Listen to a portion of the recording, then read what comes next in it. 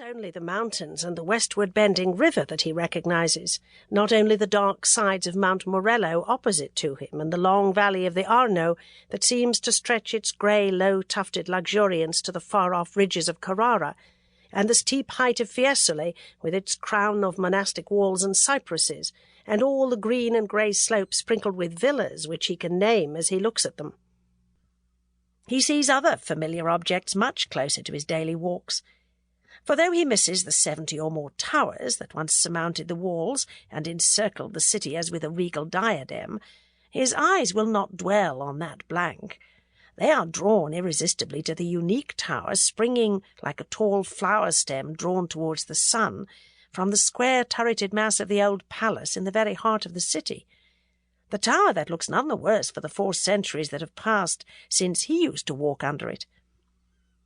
The great dome, too, greatest in the world, which in his early boyhood had been only a daring thought in the mind of a small, quick-eyed man, there it raises its large curves still, eclipsing the hills. And the well-known bell-towers, Giotto's with its distant hint of rich colour, and the graceful spired Badia and the rest, he looked at them all from the shoulder of his nurse.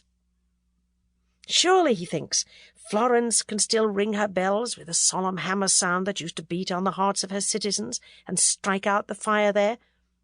And here on the right stands the long dark mass of Santa Croce, where we buried our famous dead, laying the laurel on their cold brows and fanning them with the breath of praise and of banners.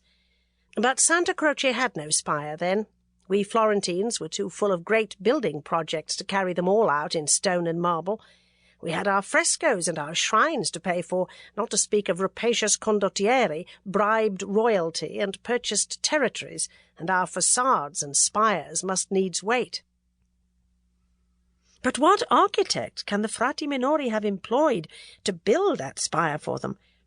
If it had been built in my day, Filippo Brunelleschi or Michelozzo would have devised something of another fashion than that, something worthy to crown the church of Arnolfo. At this the spirit, with a sigh, lets his eyes travel on to the city walls. And now he dwells on the change there with wonder at these modern times. Why have 5 out of the 11 convenient gates been closed? And why, above all, should the towers have been levelled that were once a glory and defence? Is the world become so peaceful, then? And do Florentines dwell in such harmony that there are no longer conspiracies to bring ambitious exiles home again with armed bands at their back? These are difficult questions. It is easier and pleasanter to recognize the old than to account for the new. And there flows the Arno with its bridges just where they used to be, the Ponte Vecchio, least like other bridges in the world, laden with the same quaint shops where our spirit remembers lingering a little on his way perhaps to look at the progress of that great palace which Messer Luca Pitti had set a-building, with huge stones got from the hill of Bogoli close behind. Or perhaps to transact a little business with the cloth-dressers in Oltrarno. The exorbitant line of the Pitti roof is hidden from San Miniato. But the yearning of the old Florentine is not to see Messer Luca's too ambitious palace, which he built unto himself. It is to be down among those narrow streets and busy humming piazze, where he inherited the eager life of his fathers. Is not the anxious voting with black and white beans still going on down there? Who are the priori in these months, eating soberly regulated official dinners in the Palazzo Vecchio, with removes of tripe and boiled partridges, seasoned by practical jokes against the ill-fated butt among those potent signors? Are not the significant banners still hung from the windows, still distributed with decent pomp under Orcagna's Logier every 2 months?